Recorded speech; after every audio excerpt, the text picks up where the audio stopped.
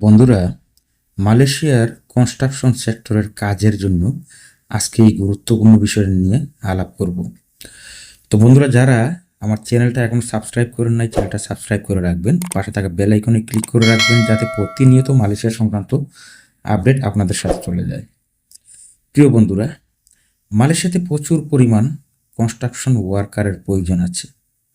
প্রতিনিয়ত বাড়ছে building, market, shopping mall প্রতিনিয়ত বাড়ছে।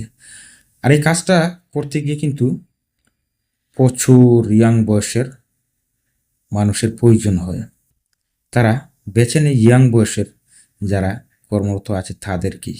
এই মালয়েশিয়া যদি আপনি কনস্ট্রাকশন সেক্টরের কোনো একটা কাজ শিখে আসতে পারেন, যেমন হাতের কাজ আছে, ওয়েল্ডিংয়ের কাজ আছে, আপনি যদি শিখে আসতে পারেন আপনার জন্য টাকার অভাব হবে না। তার পাশাপাশি যদি আপনি গ্রাইন্ডার চালাইতে পারেন, লোহা বিসি এগুলো যদি কাটতে পারেন, তাও আপনার টাকার অভাব হবে না। যদি আপনি আরেকটা কাজ করতে পারেন, এই যে বিল্ডিংয়ের যে ড্রয়িংগুলো আছে, এই ড্রয়িংগুলো যদি আপনি বুঝেন তাহলে তো আর প্রশ্নই আসে না। আপনি 2-3 মাসের মাথায় আপনি মোটামুটি একটু রাইজ করতে পারবেন। এক্ষেত্রে ড্রয়িং যদি বুঝতে আপনার কোনো না কোনো অসুবিধা থাকে, কমতি থাকে, সেক্ষেত্রে আপনার যিনি বস থাকবে সে আপনাকে কিন্তু অবশ্যই হেল্প করবে, বারবার আপনাকে বুঝিয়ে দিবে কীভাবে কী করতে হবে না করতে হবে। এখানে কিন্তু প্রচুর পরিমাণে চাহিদা আছে, কনস্ট্রাকশন সাইটে প্রচুর পরিমাণে চাহিদা আছে। ক্রেন ড্রাইভার লাগে, এই আপনার ড্রাইভার লাগে, ফকলিফট ড্রাইভার লাগে, আরও অন্যান্য বিভিন্ন সেক্টর আছে একটা কনস্ট্রাকশন সাইটে।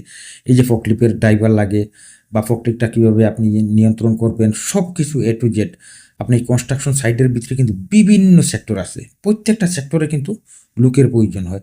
আপনি যদি পাইপ ফিটারের কাম যদি জানে আসেন, আপনার টাকার অভাব হবে না।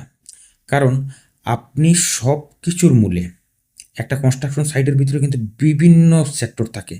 এই যে মনে করেন ইলেকট্রনিক সেক্টরটা আছে, ইলেকট্রনিক সেক্টর যদি আপনি না বুঝেন আপনার বসকে বলবেন, বসে আপনাকে সাথে করে নিয়ে দেখায় দিবে কীভাবে কোনটা কী করতে হবে না করতে হবে। প্রত্যেকটা ইলেকট্রনিক্স কারেন্টের দরজায় কিন্তু ম্যাপ থাকবে, আপনি কিভাবে কি করবেন, বসের হাতেও ম্যাপ থাকবে, মোবাইলেও দেখায় দিবে, আপনাকে বারবার বুঝিয়ে দিবে। এই যে বস যারা আছে কনস্ট্রাকশন সাইটের বেশিরভাগ বস কিন্তু চীনা বস। এরা কিন্তু অনেক ভালো, ব্যক্তি হিসাবে অনেক ভালো। আপনি যতক্ষণ পর্যন্ত না বুঝেন আপনার সাথে রাগারাগি করবে না, লাফালাফি করবে না, আপনাকে বোঝানোর চেষ্টা করবে। কারণ এই বসেদের মাথায় আলাদা একটা ইয়ে থাকে, যাতে আমার ওয়ার্কারের নিয়ে কোনো ভুল হইতেছে, আমি নিয়ে ওর কোনো টেক কেয়ার করতে কম করতেছি, সবসময় এই জিনিসটা মাথায় থাকে। আর ওর ব্যক্তি হিসাবে অনেক ভালো। এই সাইডে কিন্তু অনেক ধরনের কাজ আছে। আপনি মনে করেন ফিলার ঢালাই করবেন, ছাদ ঢালাই করবেন, কোন সাইজের কাঠ লাগবে না লাগবে সব কিছু, মানে আপনি যদি কাজ জানেন কিন্তু আপনি যদি বুঝেন না, আপনি সাথে সাথে আপনার বসকে ফোন দিবেন যে বস আমি এই অসুবিধায় আছি, আমি এখন কি করতে পারি আপনি দেখেন।